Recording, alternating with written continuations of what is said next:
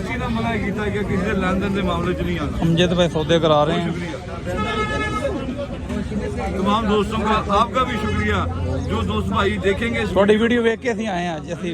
हाँ जी आपका चैनल है जी, कौन से नाम? Ali pigeon club. Ali pigeon club ji दोस्तों, अली पिजन भाई, अली पिजन क्लब, इस चैनल को लाइक शेयर और सब्सक्राइब जरूर करें। भाई को हौसला अफजाई करें, दोस्तों के साथ जरूर शेयर किया करें। आप हौसला अफजाई करेंगे तो शौक में निखार पैदा होगा।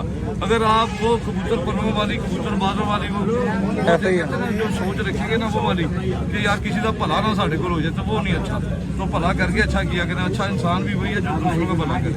बहुत शुक्रिया, ठीक है, खुश हो? हाँ जी साजिया, लो दो 500 रुपये की देनी नहीं भाई, अमजद भाई मिल गए।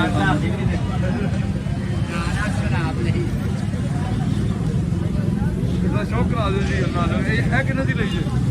ये छे कबूतर ले किन्ने दे लई है? 700 का। ये लीजिए दोस्तों, ये देखें ना जो दोस्त ले रहे हैं उनका भी आपको बता रहा हूँ, इसे लंबा बच्चा है पुराना।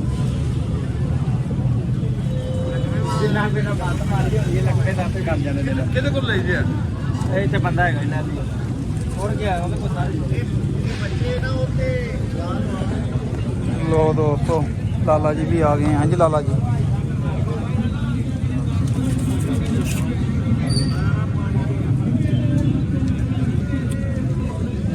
बड़े बड़े अच्छे ने, बहुत बच्चे चंगे।